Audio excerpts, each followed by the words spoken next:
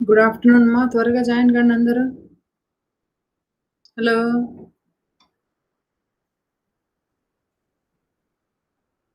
ముగ్గురే జాయిన్ అయినారు. శోభ.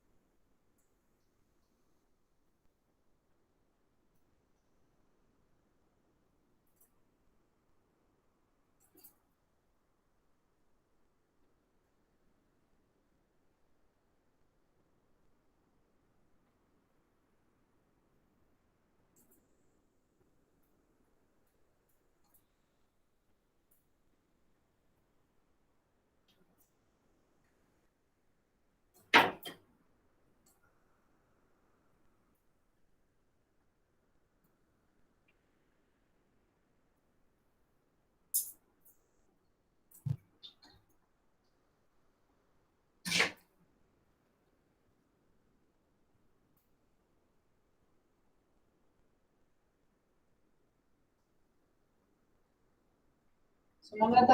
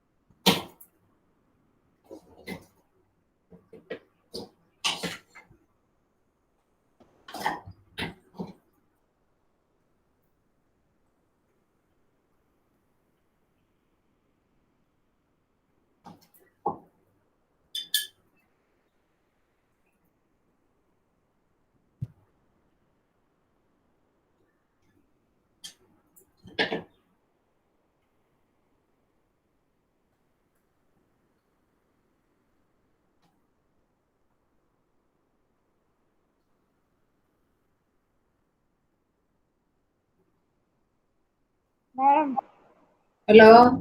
Madam good afternoon madam. Good afternoon అన్న. ఏం 4 మెంబర్సే జాయిన్ అయినారు. జాయిన్ అవ్వలేదు మేడం, ఇంకా అదే చెప్తున్నా మేడం.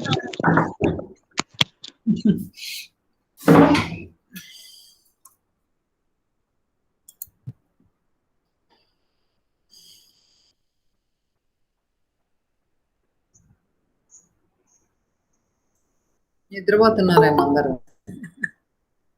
ఆ? మార్నింగే బెటర్ క్లాస్.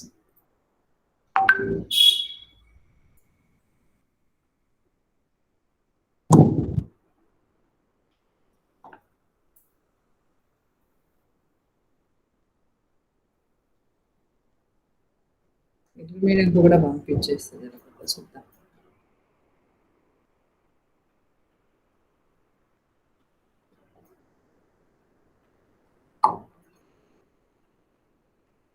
టుమారో 10K తీసుకోండి మేడం సరిపోతుంది.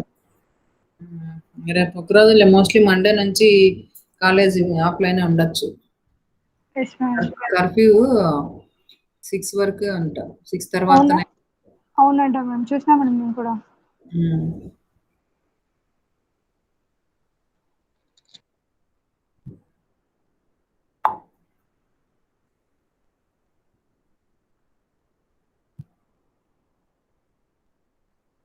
అందరూ వచ్చేస్తారా?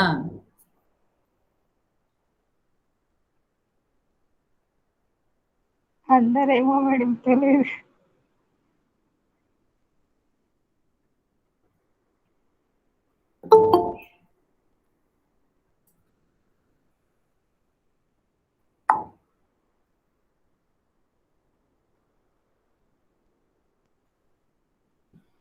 మళ్ళీ మీళ్ళలో కొందరు రాకపోయినా ప్రాబ్లం అవుతుంది.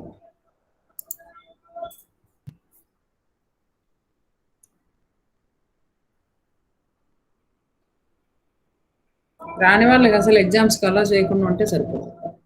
ఆ పని చేయండి మేడం సరిపోతుంది. ఇంకోసారి ఇంకంతే, స్ట్రిక్ట్ గా ఉండకపోతే కష్టం. Good afternoon madam. Good afternoon. మీరు కనిపిస్తాయి కదా, అందరు వీడియోస్ ఆన్ చేయండి.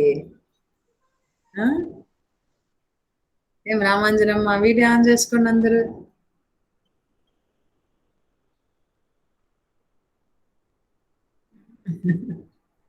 మాట్లాడండి. ఏం శోభ, బాగున్నావా? చాలా రోజులు కనిపిస్తున్నావే. అన్మ్యూట్ చేసుకో, అన్మ్యూట్ యువర్ ఆడియో.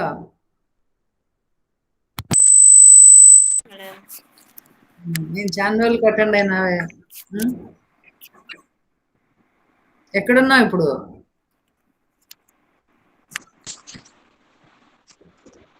కడపనా? మీ ఇక్కడ ప్రొద్దుటూరులో ఉన్నావా?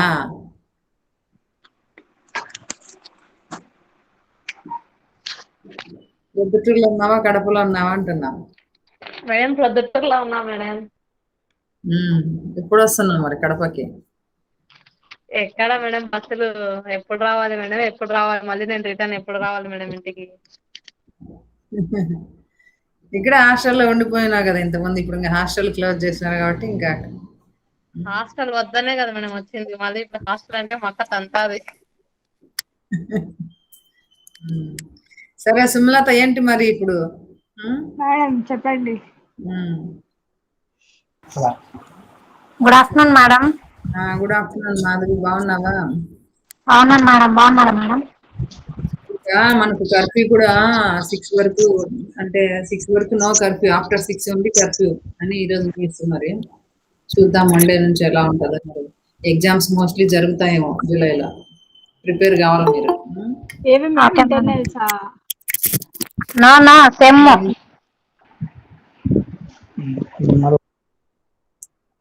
ఎగ్జామ్స్ మీకు ఇప్పుడు ఫైనల్ ఇయర్ కదా, మీకు ఇంకా త్వరగా జరగకపోతే నెక్స్ట్ అకాడమిక్ ఇయర్ అంతా కూడా బ్రేక్ అవుతుంది మీకు.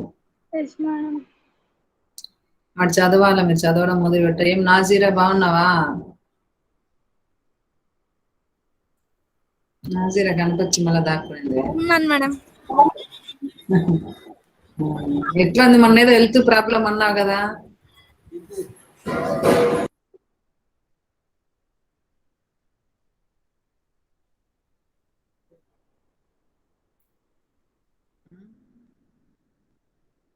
సెమినార్ ఎవరు చెప్పరా అయితే? ఈరోజు ఎగ్జామ్ రాస్తారా?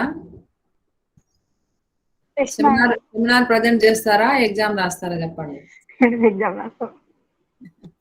ఎట్లా రాస్తారు మీరు? అసలు కనపడమే లేదు, వీడియోస్ ఆన్ చేయడం ఎట్లా, ఏ విధంగా రాస్తారు? మేడం హిస్టరీ సార్ కూడా అంతే మేడం, ఇట్టనే చేస్తాడు. రాక్కొని రాసి మళ్ళీ ఎట్లా, how will you present? Madam అది పీడిఎఫ్ చేసి మీకు సెండ్ చేస్తాను గ్రూప్ లో. హిస్టరీ అట్లానే చేస్తున్నారు ఆ రోజు. Yes madam. మీరు రాస్తా అంటే ఇంకా సైలెంట్ ఏం చేయాలని నేను ఇక్కడ కూర్చొని మీరు కనపడితే మిమ్మల్ని చూస్తా అంట. మీరు కనపడకోకుండా వీడియోస్ ఆఫ్ చేసుకుండ్రి. సైలెంట్ పెట్టాలి అయితే రికార్డ్ అంతా. చెప్పండి. సరే ఏదో ఒకటి డిస్కషన్ అన్నా చేద్దాంలేండి. ఇంటరాక్ట్ కండి. ఇట్లా మీరు ఫైనల్ ఇయర్ కదా, నెక్స్ట్ ఏంటి ఫర్దర్ ఎట్లా చేయాలా ఏం అనేది, ఎవరెవరి ప్లాన్ ఏంటి, ఊరికి అనవసరంగా ఎందుకు టైం వేస్ట్ చేయడం.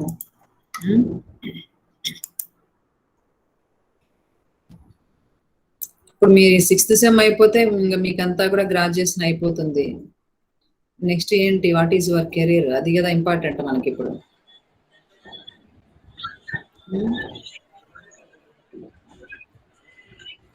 1 by 1 share your opinion. What do you want after your graduation?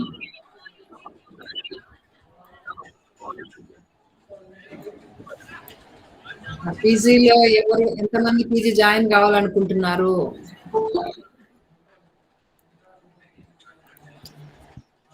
మీరు ఏమన్నా సజెస్ట్ చేయండి మేడం, ఏం తీసుకుంటే బాగుంటుందని.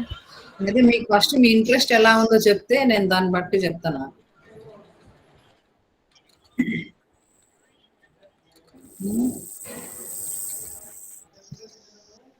ఇద్దరు మాట్లాడండి, ఇద్దరు గ్రూప్ వాళ్ళు కూడా, బోత్ గ్రూప్స్ ఇంటరాక్ట్ అవుతుంది. కంపల్సరీ ఒక గోల్ అయితే పెట్టుకోండి, నన్ను ఐడియల్ గా ఉంటుంది. నా సజెషన్ అయితే మీకు ఏది ఇంట్రెస్ట్ అయితే అది చేయడం బెటర్.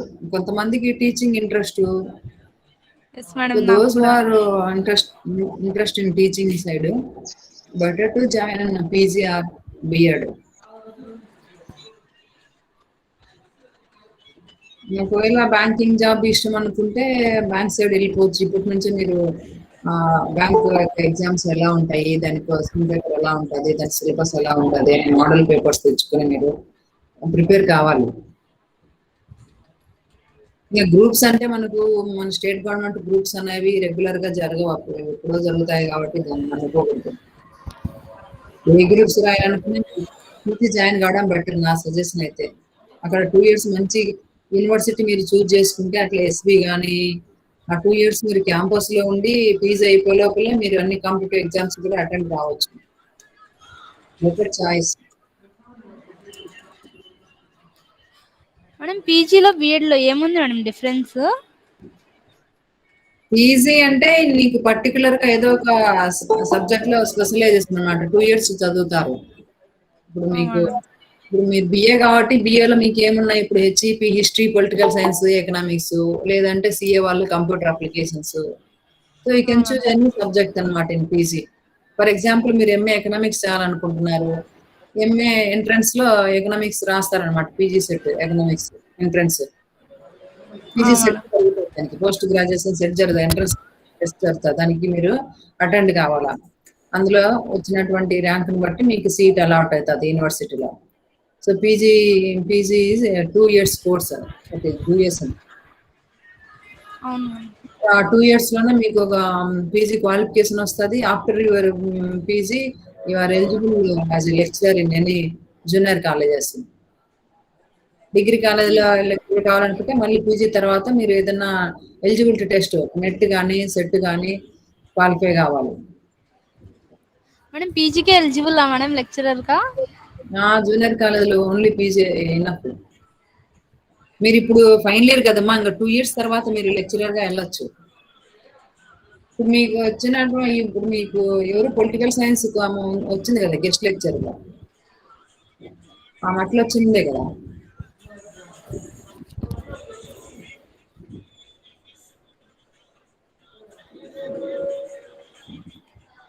ఇంకా బిఎడ్ చేస్తే టీచర్ గా వెళ్ళొచ్చు అనమాట, స్కూల్లో ఎలిజిబుల్. బిఎడ్ స్కూల్లో, పీజీ వచ్చేసి కాలేజెస్ లో. పీజీ చేసి కూడా స్కూల్లోకి వెళ్ళొచ్చు. పీజీ రెండింటికి మీకు ఉపయోగపడుతుంది.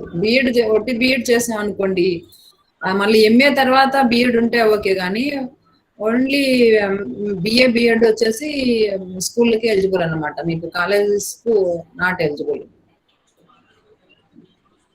ఒకవేళ ఇప్పుడు బిఎడ్ జాయిన్ అయ్యి ప్రైవేట్ గా మీరు పీజీ చేసుకున్నా అప్పుడు ఎంఏ బిఎడ్ వస్తుంది మీకు క్వాలిఫికేషన్, అప్పుడు రెండింటికి ఎలిజిబుల్ అవుతుంది. అట్లా that's your choice. PG private గానే చేసుకోవచ్చు మీరు, డిస్టెన్స్ మోడ్ లో కానీ అలా బిఎడ్ జాయిన్ అయితే. ఒకవేళ సో అవసరం లేదనుకుంటే డైరెక్ట్ మీరు పీజీ జాయిన్ కావచ్చు. ఇప్పుడు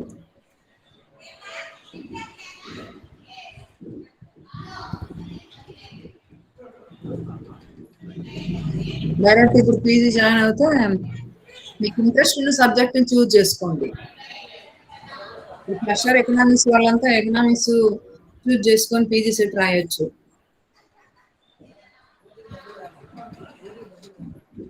పీజీకి ఎక్కువ వాల్యూ ఉంటుంది కదా మేడం బిఎడ్ కన్నా. యువర్ నాజీర్ అన్న మాట్లాడేది. Yes madam.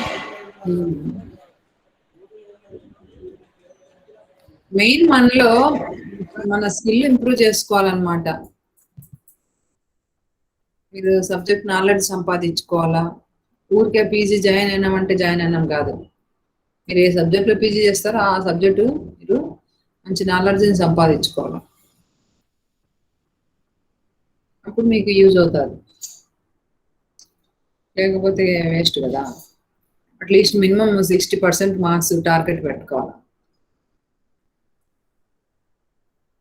60కి తగ్గకూడదు అని టార్గెట్ పెట్టుకుంటే మీకు మంచిగా ఉంటుంది అనమాట. జూనియర్ కాలేజ్లో పనిచేయాలంటే 50% ఇనఫ్. డిగ్రీ కాలేజ్ 55% పెట్టినారు ఇప్పుడైతే, ఇప్పుడున్న రూల్స్ ప్రకారం. బట్ అలానే ఖచ్చితంగా కాకుండా మీరు 60 పెట్టుకోవాలి టార్గెట్. 60% తెచ్చుకోవాలని. దట్టు ఆ 2 years మీరు పీజీ చదివేటప్పుడు యూనివర్సిటీలో ఐడియల్గా ఉండకోకుండా ఆ 2 years మీరు బాగా ప్రిపేర్ కావాలి కాంపిటేటివ్ ఎగ్జామ్స్కి. అప్పుడు మీకు యూజ్ అవుతుంది అనమాట. ఆ 2 years లోపల ఏదో ఒక నోటిఫికేషన్స్ వస్తూ ఉంటాయి. ఏది వచ్చినా కూడా మీరు అప్లై చేసి రాస్తుండాలి. గ్రాడ్యుయేషన్ క్వాలిఫికేషన్తో అన్ని నోటిఫికేషన్స్ వస్తూ ఉంటాయి కదా.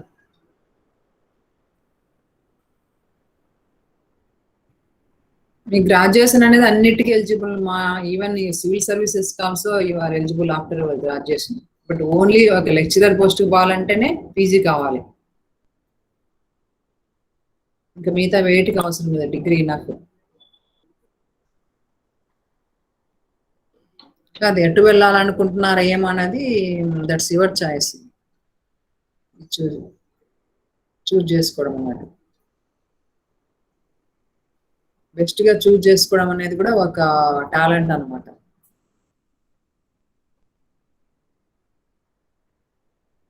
సెలక్షన్ అనేటువంటిది. మీరు ఏదైనా వస్తువులు కొనేటప్పుడు చూజ్ చేసుకుంటుంటారు కదా, సెలెక్ట్ చేసుకుంటుంటారు ఉన్న వాటిలో ఏది బెస్ట్ అని. అట్లనే ఇది కూడా కెరీర్.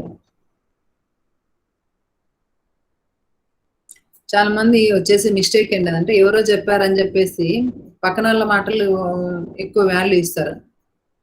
అలా కాకుండా మీరు మీకు ఇంపార్టెన్స్ ఇచ్చుకొని మీకు ఏది ఇంట్రెస్ట్ అన్నది మీరు థింక్ చేయాలి.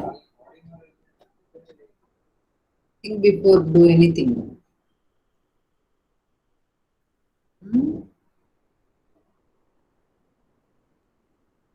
ఏం సుమలత, నువ్వేం కావాలనుకుంటున్నాను అన్న? మేడం నిన్న చెప్పా కదా, నిన్న చెప్పా కదా మేడం.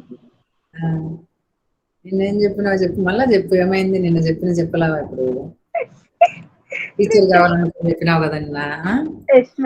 మా టీచర్ కావాలనుకుంటే మరి ఏం జాయిన్ కావాలనుకుంటున్నా బిఏ తర్వాత? మేడం మీరు ఇప్పుడు ఇచ్చారు కదా మేడం సజెషన్స్ పీజీ నువ్వేమనుకున్నా చెప్పు. కానీ త్వరగా అయితే జాబ్ కావాలి మేడం. త్వరగా జాబ్ కావాలా? ఎట్ట వస్తుంది నీకు? త్వరగా చదవాలి కదా. మీరు మాట్లాడమే కష్టము. త్వరగా జాబ్ అంటే ఎట్ట వస్తుంది చెప్పు. త్వరగా మాక్సిమం ఒక 3 years 4 years వచ్చాలి మేడం. అదే మార్కెట్ లో వస్తుంది కదా మనం కొనకొచ్చుకునే వాళ్ళకి. మేడం అన్ని మీరే చెప్తారు మేడం. మన ప్రయత్నం చేయాలా? మీరు త్వరగా రావాలని నీకు ఉన్నప్పుడు నువ్వు దానికి ఎట్లా హార్డ్ వర్క్ చేయాలనేది ఇప్పుడు ఈ ప్లాన్ లేకపోతే ఎట్లా చెప్పు. ఆ? నువ్వు మంచిగా ప్లాన్ చేసుకున్నట్లయితే ప్లాన్ చేసుకుని ప్రిపరేషన్ నువ్వు స్టార్ట్ చేస్తే కదా త్వరగా వచ్చేది. త్వరగా రావాలని అనుకోవడం ఓకే, ఇట్స్ గుడ్.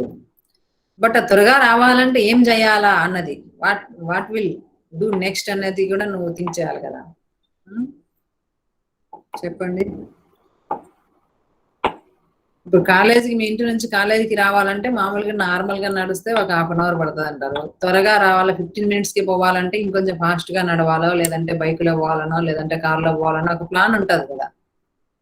అలా నీకు కాంపిటేటివ్ ఎగ్జామ్స్ లో త్వరగా రావాలంటే ఉన్నటువంటి కాంపిటీషన్ తట్టుకొని నువ్వు సక్సెస్ కావాలా, సక్సెస్ నీదే కావాలా లిమిటెడ్ పోస్టులలో అని అనుకున్నప్పుడు ఎలా ఉన్న పోటీని తట్టుకోవాలంటే ఎలా ప్రిపేర్ కావాలా, మన ప్రిపరేషన్ ఎంత స్ట్రాంగ్ గా ఉండాలా అన్నది నువ్వు ఇప్పటి నుంచే బాగా స్ట్రాంగ్ ప్లాన్ చేసుకుంటే గానీ నువ్వు సక్సెస్ అన్నట్టుంటే తొందరగా రాదు.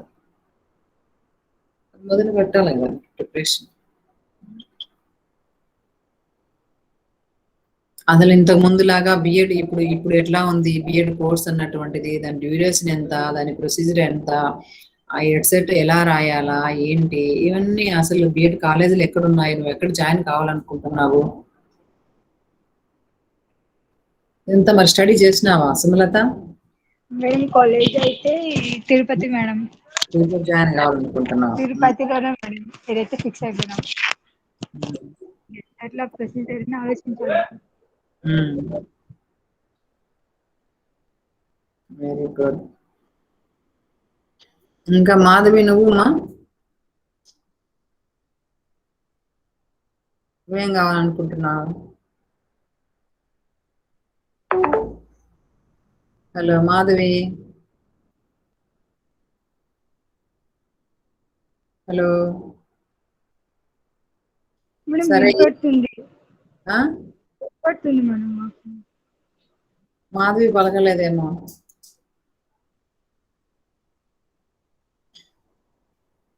సరే ఏదన్నా జాయిన్ అదురు, నేను కొన్ని చెప్తాను చూడండి, కొన్ని టిప్స్ చెప్తాను. ఇప్పుడు వింటున్నారు అందరూ?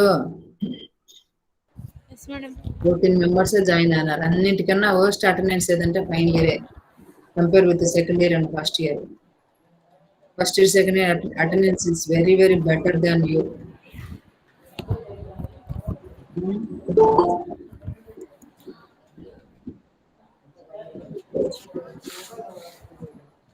సరే ఇంకొకటి నాన్న, మీరు వెదర్ ఈ will join in BEd or PG or and any other courses, that is secondary. But ఏ కాంపిటేటివ్ ఎగ్జామ్స్ కైనా కూడా మీరు ఎట్లాగో ఆర్ట్స్ కాబట్టి మీ సబ్జెక్టు మీకు ఇప్పుడు కామన్ సిలబస్ అనేది ఉందన్నమాట.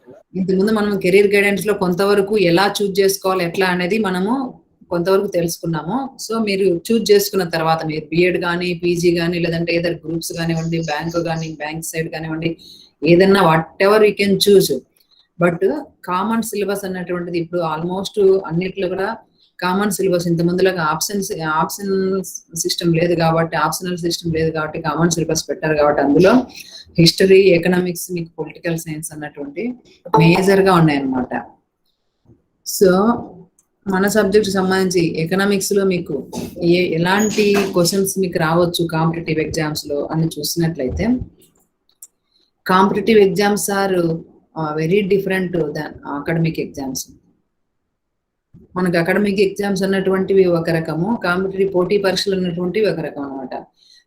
మన అకాడమిక్ సైడ్ వచ్చేసి మీకు ఎకనామిక్స్ లో syllabus micro economics, macro economics ఇవంతా ఉంటాయి, ఇండస్ట్రియల్ ఎకనామిక్స్, లేబర్ ఎకనామిక్స్ ఇవంతా. But regarding to competitive examinations, పోటీ పరీక్షల విషయానికి వచ్చేసరికి ఎక్కువగా మెయిన్ ఏమైనా ఇంపార్టెంట్ కాన్సెప్ట్స్ కొన్ని వస్తాయి, బేసిక్ కాన్సెప్ట్స్. తర్వాత జనరల్ ఎకానమీ, అక్కడంతా మీకు వచ్చేటువంటి పోటీ పరీక్షలో వచ్చేటువంటి క్వశ్చన్స్ ఎలా ఉంటాయంటే జనరల్ ఎకానమీ నుండే వస్తాయి, whether it is Andhra economy are Indian economy. అర్థమైందా? సో ఆ ఎకానమీ మీద ఎలాంటి క్వశ్చన్స్ రావచ్చు, ఇప్పుడు మీకు ఉన్నటువంటి డెప్త్ కాన్సెప్ట్ ఏమి ఉండవు. డిమినిజింగ్ మార్జినల్ యూటిలిటీ కానివ్వండి, డిమాండ్ అనాలిసిస్ కానివ్వండి, ప్రొడక్షన్ ఫంక్షన్, ఇట్లాంటివంతా కూడా డెప్త్ కాన్సెప్ట్ ఏమి ఉండవు, జనరల్ ఎకానమీ మీదనే ఉంటాయి. ఆ జనరల్ ఎకానమీ అంటే ఎలా ఉంటుందో కొన్ని ఈరోజు మీకు ఎగ్జాంపుల్ కొన్ని చెప్తాను అనమాట. ఫస్ట్ ఫర్ ఎగ్జాంపుల్ తీసుకుంటే నేషనల్ ఇన్కమ్. ఆ నేషనల్ ఇన్కమ్ నుండి కంపల్సరీ మీకు క్వశ్చన్స్ వస్తాయి కాంపిటేటివ్ ఎగ్జామ్స్ లో.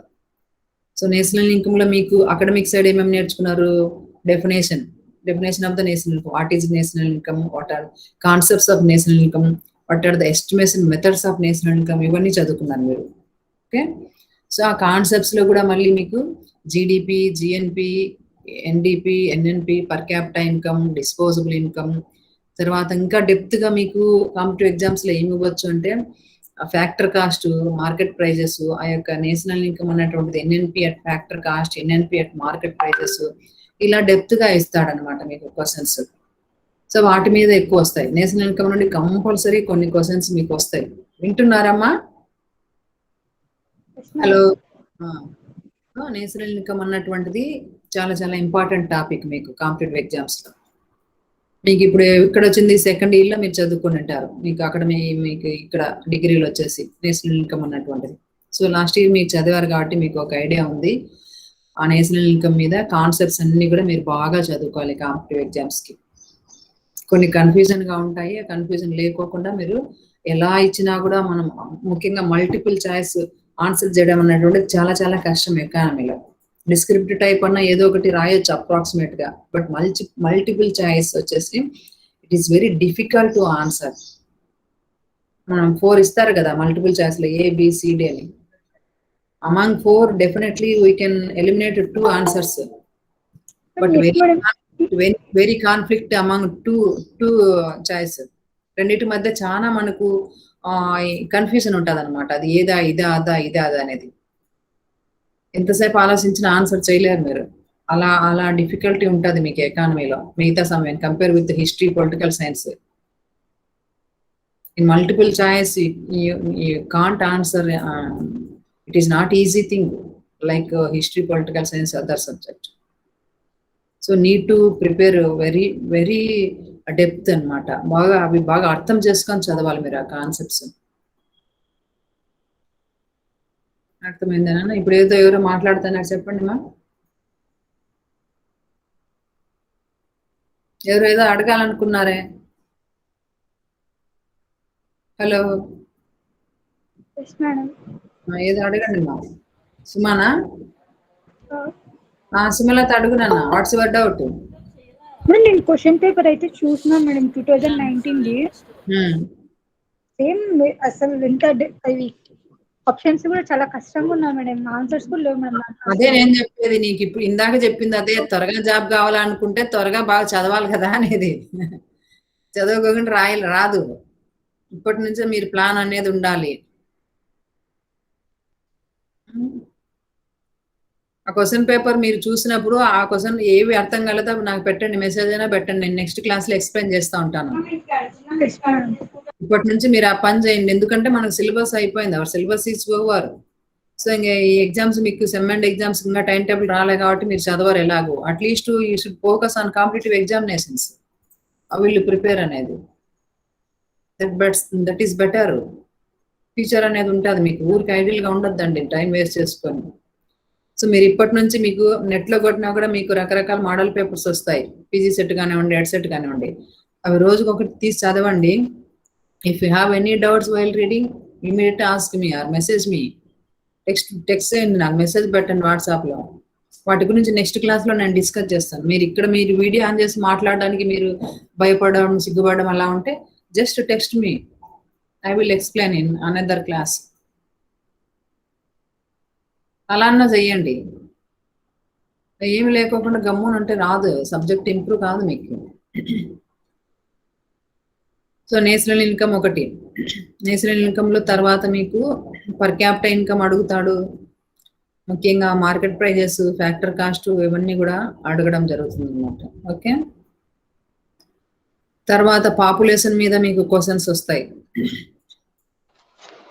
పాపులేషన్ అంటే ఏపీ పాపులేషన్ గురించి చదువుకోవాలి, ఇండియా పాపులేషన్ గురించి చదువుకోవాలి. మీరు పాపులేషన్ అంటే ఎంత పాపులేషన్ ఉందా అనేది సింపుల్ గా అట్లా ఏమి ఇవ్వరు మీకు. పాపులేషన్ సంబంధించి మీకు క్వశ్చన్స్ అంటే ముఖ్యంగా ఆబ్జెక్టివ్ టైప్ లో లిటరసీ రేట్ ఎంత ఉంది, ఇన్ఫాంట్ మోర్టాలిటీ రేట్ ఎంత ఉంది, సెక్స్ రేషియో ఎంత ఉంది, ఆ పర్సంటేజ్లు, ఏ స్టేట్ లో హైయెస్ట్ లిటరసీ రేట్ ఉంది, ఏ స్టేట్ లో లోయెస్ట్ లిటరసీ రేట్ ఉంది, ఇలాంటివి అడుగుతాడు అనమాట మీకు. ఉమెన్ పాపులేషన్ ఎంత ఉంది, రూరల్ పాపులేషన్ ఎంత ఉంది, అర్బన్ పాపులేషన్ ఎంత ఉంది, ఇన్ఫాంట్ మోర్టాలిటీ రేటు విలేజ్ లో ఎక్కువ ఉందా, అర్బన్ లో ఎక్కువ ఉందా, ఇలాంటి తర్వాత సెన్సెస్ 2001 ప్రకారం ఎంత డేటా ఉంది, literacy rate according to 2000 census 1 లో ఎంత ఉంది, 11 లో ఎంత ఉంది, ఇప్పుడు 21 లో మళ్ళీ మనకు సెన్సెస్ రావాలి. ఇప్పుడు ఏమంటే COVID-19 కాబట్టి సెన్సెస్ స్టార్ట్ కాలేదు. సో ఎవరి 10 years కు సెన్సెస్ మారిపోతూ ఉంటుంది. సో ఆ యొక్క సెన్సెస్ లెక్కల ప్రకారం ఎలా ఉంది ఇవంతా మీకు అడుగుతాడనమాట. మనకి ఇంతకుముందు 2014 ముందు యునైటెడ్ ఆంధ్రప్రదేశ్ ఉంది. ఇప్పుడు 14 తర్వాత మనకు డివైడ్ అయింది. సో ఇప్పుడు మనకు 13 districts తోనే మన ఆంధ్రప్రదేశ్ ఉంది. ఈ ఆంధ్రప్రదేశ్ లో ఈ 13 districts పాపులేషన్ ఎలా ఉంది, లిటరసీ రేటు, తర్వాత అన్ఎంప్లాయ్మెంట్ ఎలా ఉంది, పావర్టీ ఎలా ఉంది. పావర్టీ మీద కూడా మీకు క్వశ్చన్స్ వస్తాయి. మళ్ళీ పావర్టీ 2 types అని చెప్పుకున్నాం మనం. అవేంటి, రిలేటివ్ పావర్టీ, అబ్సల్యూట్ పావర్టీ, వాటి మీద మీకు క్వశ్చన్స్ వస్తాయి. సో ఇవన్నీ బాగా చదువుకోవాలన్నమాట. అసలు బీపీఎల్, బిలో పావర్టీ లైన్ అంటే ఏంటి, పావర్టీని మెజర్ చేయడానికి ఏంటి, వాట్ ఆర్ ద మెజర్స్, ఎట్లా మెజర్ చేయగలుగుతావు, ఎవరు బీపీఎల్ ఎవరు ఏపీఎల్ అని, ఏ కేటగిరీ ఏం బేస్ వాట్ బేసిస్ ఏ విధంగా నువ్వు డివైడ్ చేస్తావు, దానికి ఎంత క్యాలరీలు తీసుకున్నారు. విలేజ్ పీపుల్కి అయితే 2400 క్యాలరీస్ అనమాట. ఆ యొక్క మినిమం అంత క్యాలరీలు కూడా వినియోగించే స్థితిలో లేకపోతే వాళ్ళను పూర్ పీపుల్ అంటారు. అర్బన్ కు తక్కువ పెట్టారు, 2100 క్యాలరీస్ అనమాట. బేస్డ్ ఆన్ ద క్యాలరీస్ ఎవరు బీపీఎల్ ఎవరు ఏపీఎల్ అంటే అబవ్ పావర్టీ లైన్. ఇలా పావర్టీ మీద డిఫరెంట్ గా క్వశ్చన్స్ అడగవచ్చు. సో మనకు లిటరసీ రేట్ లో ఏ ప్లేస్ లో ఉన్నాము, మన స్టేట్ ఏ ప్లేస్ లో ఉంది, కంట్రీ ఏ ప్లేస్ లో ఉంది, పావర్టీలో ఏ విధంగా ఏ ప్లేస్ లో ఉన్నాము, ఇలాంటివన్నీ అనమాట. చూడడానికి ఈజీగానే ఉంటాయి, కానీ మనము అక్కడ దిగినప్పుడు అది తెలుస్తుంది మనకు, దాని డెప్త్ ఏంటో, దాని డిఫికల్ట్ ఏంటో తెలుస్తుంది ఆన్సర్ చేయడం. బ్యాంకింగ్ మీద కూడా మీకు క్వశ్చన్స్ రావచ్చు. బ్యాంకింగ్ సబ్జెక్ట్ కూడా మీకు సెకండ్ ఇయర్ లో అయిపోయింది. అసలు commercial banks, reserve Bank of India, banking లో సింపుల్ క్వశ్చన్స్ ఏం అడగడు. ముఖ్యంగా reserve Bank of India, central bank, దాని మీద ఎన్ని రకాల క్వశ్చన్స్ అడుగుతాడు మీకు. క్రెడిట్ కంట్రోల్ మెథడ్స్ ఉన్నాయి కదా, క్రెడిట్ కంట్రోల్ మెథడ్స్ మీద మీకు అడుగుతాడు. మీకు మనకు 2 types చెప్పుకున్నాం, క్వాలిటేటివ్ మెథడ్స్, క్వాంటిటేటివ్ మెథడ్స్. తెలుగులో అయితే గుణాత్మక పరపతి నియంత్రణ సాధనాలు, పరిమాణాత్మక పరపతి నియంత్రణ సాధనాలు. సో దేశంలో పరపతిని నియంత్రించడానికి కేంద్ర బ్యాంకు లేదా రిజర్వ్ బ్యాంకు 2 రకాలైనటువంటి పరపతి నియంత్రణ సాధనాలను చేపడుతుంది. Reserve Bank of India taken the measures control the rate in country. There are 2 methods, that is, one is quantitative methods and another is qualitative methods. So ఈ మెథడ్స్ లో మళ్ళీ ఏవేవి క్వాలిటేటివ్ మెథడ్స్ లో వస్తాయి, ఏవి క్వాంటిటేటివ్ మెథడ్స్ లో వస్తాయి, అసలు సిఆర్ఆర్ అంటే ఏమిటి, క్యాష్ రిజర్వ్ రేషియో ఏంటి, ఎస్ఎల్ఆర్ అంటే ఏమిటి, ప్రజెంట్ సిఆర్ఆర్ ఎంత ఉంది, ప్రజెంట్ ఎస్ఎల్ఆర్ ఎంత ఉంది, రెపో రేట్ అంటే ఏమిటి, రెపో రేట్ ఎంత ఉంది, రివర్స్ రెపో రేట్ అంటే ఎంత ఉంది, బ్యాంకు రేట్ అంటే ఏమిటి, ఇలాంటివన్నీ అనమాట. నేను ఈరోజు టాపిక్స్ మాత్రం చెప్తున్నా, వేటి మీద ఎలా ఉండొచ్చు క్వశ్చన్స్ అనేవి. సో వీటన్నింటినీ మీరు బాగా ప్రిపేర్ కావాలి. అర్థమైందమ్మా? వినిపిస్తుందా?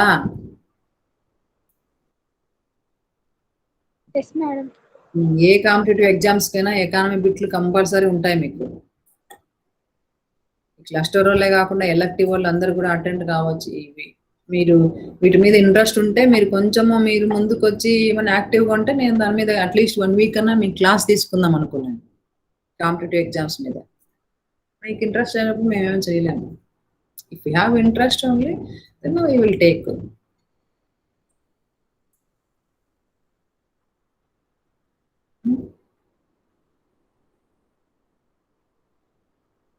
సో అలా ప్రతిదీ ఏది తీసుకున్నా కూడా అలా డెప్త్కి చదువుకోవాలన్నమాట. ఎగ్జాంపుల్కు కొన్ని చెప్పాను మీకు ఈరోజు.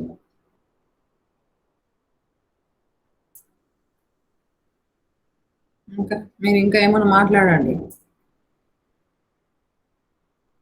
సుమలత ఇప్పుడు చెప్పింది ఒక క్వశ్చన్ పేపర్ చూసాను మేడం అని. ఇంకా ఎవరన్నా అట్లా చదివారా ఏమైనా కాంపిటేటివ్ ఎగ్జామ్స్ క్వశ్చన్ పేపర్స్?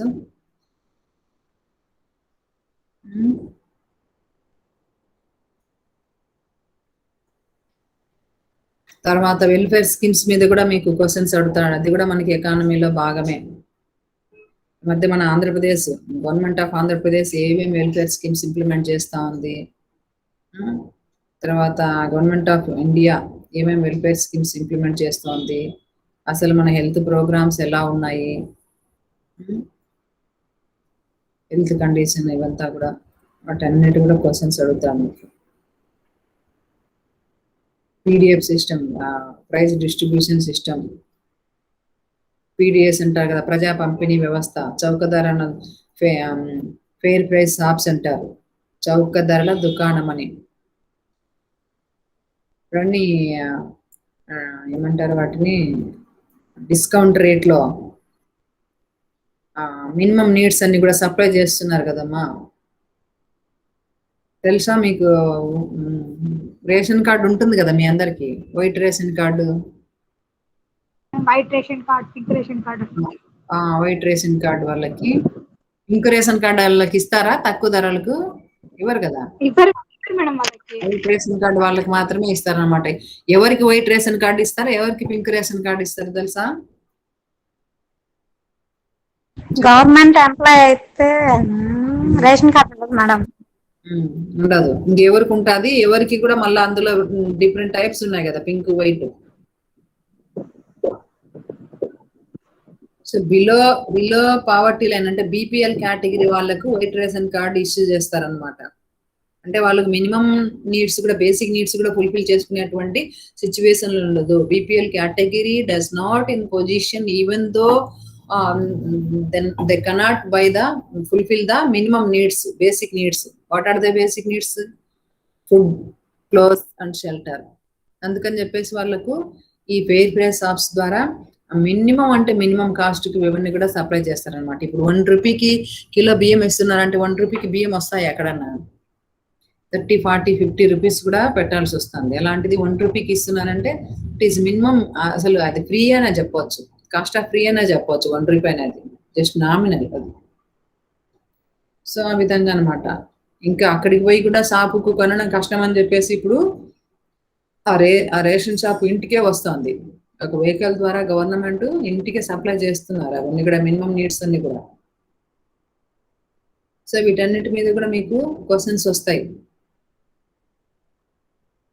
ఇదంతా మీకు చదువుకోవాల్సినటువంటి ఉందన్నమాట. మీకు that is the responsibility. Competitive exams ఒక టార్గెట్ పెట్టుకోవడం ఒకటే కాదు. ఇప్పుడు ఒక ఇల్లు కట్టాలని కోరిక అందరికి ఉంటుంది. ఇల్లు కట్టాలంటే ఏం చేయాలి? ఫౌండేషన్ దగ్గర నుంచి స్టెప్ బై స్టెప్ మీరు కట్టుకుంటూ వస్తే కదా ఇల్లు తయారవుతుంది. ఊరికేనే అవుతుందా చెప్పండి? ఇల్లు కట్టాలనే ఒక డిజైర్ ఉంటేనే ఇల్లు అయిపోతుందా? Desire is must, that is strong desire ఉండాలా. But with that strong desire preparation also strong ఉండాలా.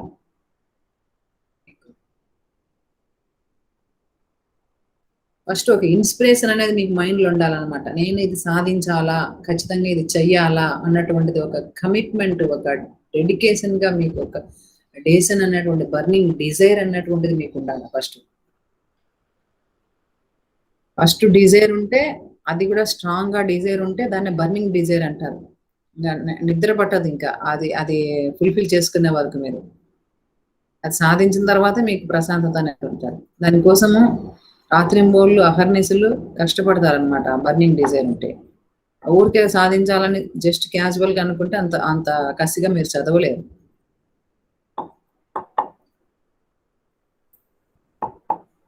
అది సో ఆ విధంగా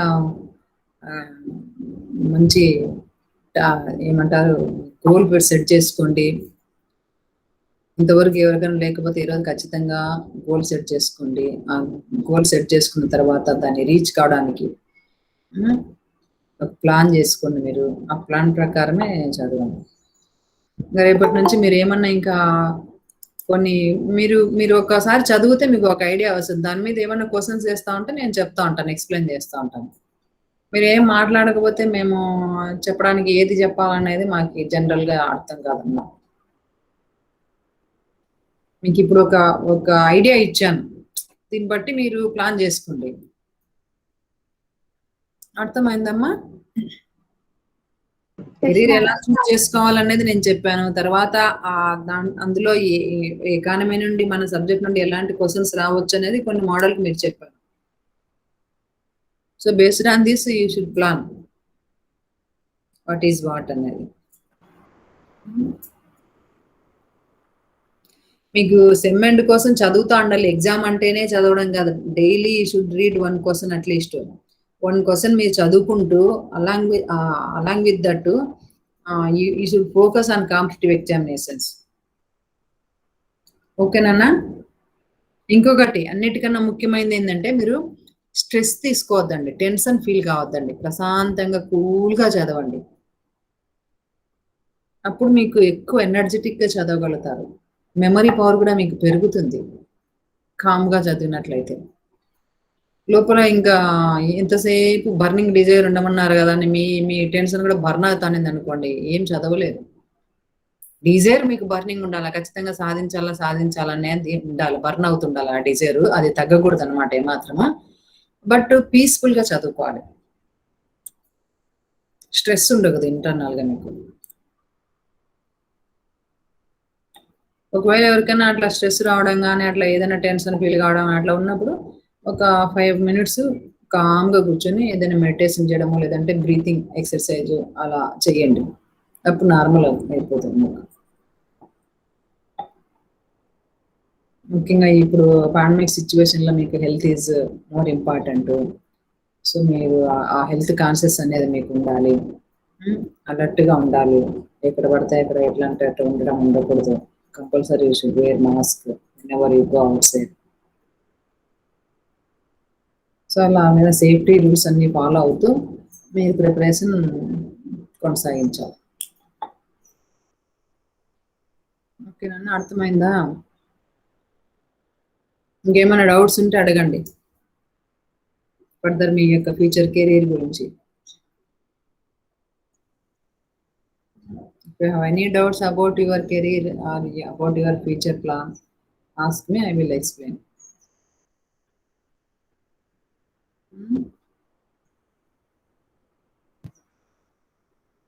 Anna?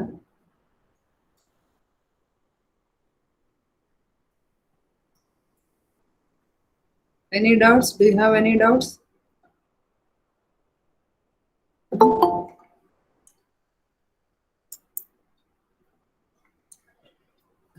హలో. Yes madam. మాట్లాడండి, ఇంకేమైనా ఉంటే అడగండి. ఇంకెవరు క్వశ్చన్ పేపర్స్ ఎవరు చదవలేదా? సుమా అక్కతే చెప్పింది ఇందాక, క్వశ్చన్ పేపర్ చూసాను మేడం అని. ఎస్ మేడం, 2019 చూసాను మేడం. ఇంకా అదర్స్ ఎక్కడ చూసానన్నా సుమలత నువ్వు? గూగుల్లోనే చూసాను మేడం. అట్లనే ఇంకా సెర్చ్ చేయి. అదే మేడం 2020 చూస్తే లేదు మేడం, అందుకే మేడం మీకు అడిగినా. అప్పుడు ఇంకా అంతకుముందు ఓల్డ్ చూడు, ప్రీవియస్ పేపర్లు చూడు. ఎస్ మేడం చూసినా మేడం, అన్ని ఉన్నాయి మేడం. 2020 ఒక్కటి లేదు మేడం. ప్రీవియస్ అన్ని చూసి అందులో మనకి ఎకానమీకి సంబంధించి ఏమైనా ఉంటే టిక్కులు కొట్టుకొని నాకు వాట్సాప్ లోనే పెడతాను, నేను ఎక్స్ప్లెయిన్ చేస్తాను. Yes madam. ఇంకా మనకి ఇప్పుడు క్లస్టర్ సబ్జెక్ట్ చూసుకున్నట్లయితే ఇండస్ట్రియల్ ఎకనామిక్స్, లేబర్ ఎకనామిక్స్, వీటి మీద కూడా మీకు కొన్ని జనరల్ గా క్వశ్చన్స్ వస్తాయి అన్నమాట. ఇండస్ట్రీస్ కి సంబంధించి ఇండస్ట్రీస్ లో ముఖ్యంగా ఇండస్ట్రియల్ బ్యాంక్స్ మీద మీకు క్వశ్చన్స్ రావచ్చు. ఇండస్ట్రియల్ బ్యాంక్ లో మనకు అపెక్స్ బ్యాంక్ వచ్చేసి IDBI, industrial development bank of India. So అన్ని రకాల పరిశ్రమలకు క్రెడిట్ లేదా విత్తము ఆ యొక్క ఆర్థిక సహాయం చేసేదానికి ఉన్నటువంటి అత్యున్నతమైన పారిశ్రామిక బ్యాంక్ ఏదంటే ఐడిబిఐ. ఐడిబిఐ ఫుల్ ఫామ్ వచ్చేసి industrial development bank of India అంటారు. It was established in 1964. అటు కొన్నిసార్లు డేట్లు కూడా అడుగుతారు. When was IDBI established? When was ICICI established? ICICI established in 1955. Industrial Credit and Investment Corporation of India. కొన్నిసార్లు దాని full form అడుగుతాడు. What is the full form of ICICI? What is the full form of IDBI? ఇంకోటి IFCI ఉంది, industrial finance corporation of India. When was IFCI established అంటాడు. So IFCI established in 1948. RBI ఎప్పుడు establish చేశాడు అని అడుగుతాడు. 1935 ఎప్పుడు nationalise చేశాడు అని అడుగుతాడు. 35 అంటే అప్పుడు మనకి ఇండిపెండెన్స్ రాలా. So during British period only central bank organised established. మనకు 1947లో ఇండిపెండెన్స్ వచ్చింది. We got independence in 1947. So after we got independence in 1949 the RBI central bank nationalised, జాతీయం చేయడం జరిగింది అనమాట. సో కరెన్సీని అంతా ఎవరు ముద్రిస్తారు, ఎవరు ఇష్యూ చేస్తారు, who issue the currency notes, ఇది కూడా మీకు సెకండ్ ఇయర్లో వచ్చింది బ్యాంకింగ్ లో.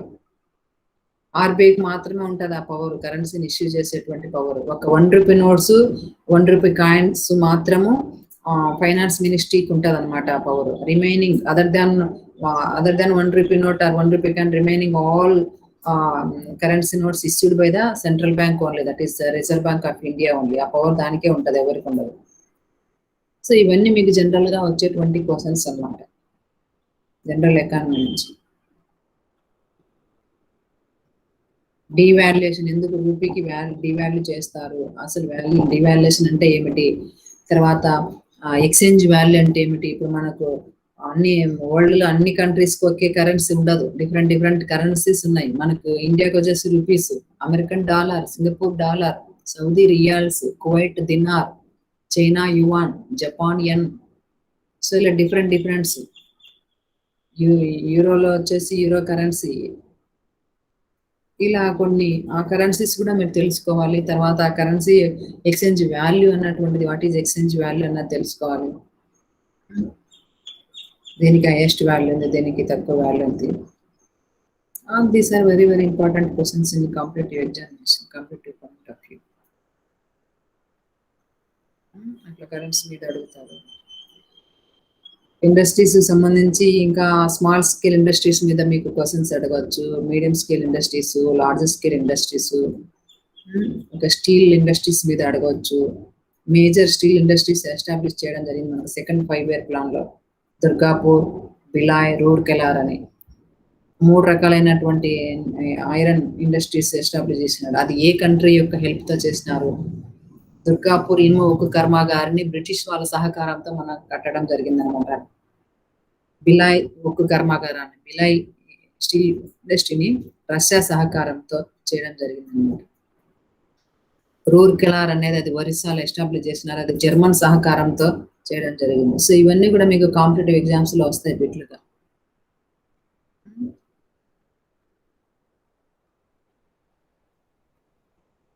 తర్వాత విశాఖ స్టీల్ ప్లాంట్ ఉంది.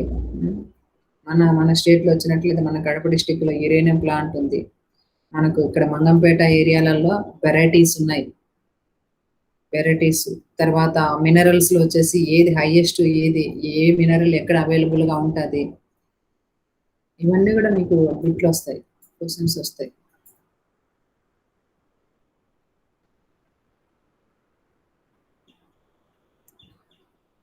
Any doubts? నేను ఒకటి చెప్పినప్పుడు దాని మీద మీకు 10 ఆలోచనలు వచ్చి 10 రకాలుగా మీరు క్వశ్చన్స్ అడిగేటట్టు ఉండాలి. అట్లేం అడగరు. కొన్ని ఈరోజు విన్నారు కదా, రేపటికన్నీ ప్లాన్ చేసుకొని వచ్చి రేపు ఒక్కొక్కరు ఒక్కొక్క దాని మీద క్వశ్చన్స్ రైజ్ చేస్తారు, ఇంటరాక్ట్ అవుతారా రేపు క్లాస్ లో? హలో, ఓకేనమ్మా, ప్రిపేర్ కాండి. ఏదో మీకు నచ్చిన టాపిక్ ఏదైనా కూడా. ఇప్పుడు ఎందుకు నేను ఈరోజు మీరు ఎగ్జామ్ రాస్తామంటే నేను ఎందుకు దాన్ని సీరియస్ గా తీసుకోలేదంటే, మీరు ఊరికి గమ్మున ఆడ కూర్చొని రాయడం వల్ల ఏం లేదట, there is no use of that. మీరు థింక్ చేయాలన్నమాట, మీ బుర్రకు పదును పెట్టాలి.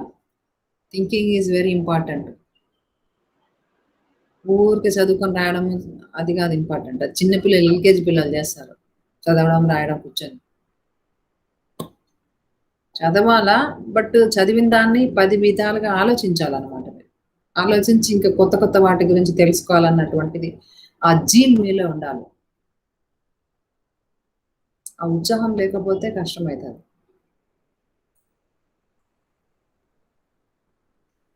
ఓకేనన్నా, tomorrow we will meet again.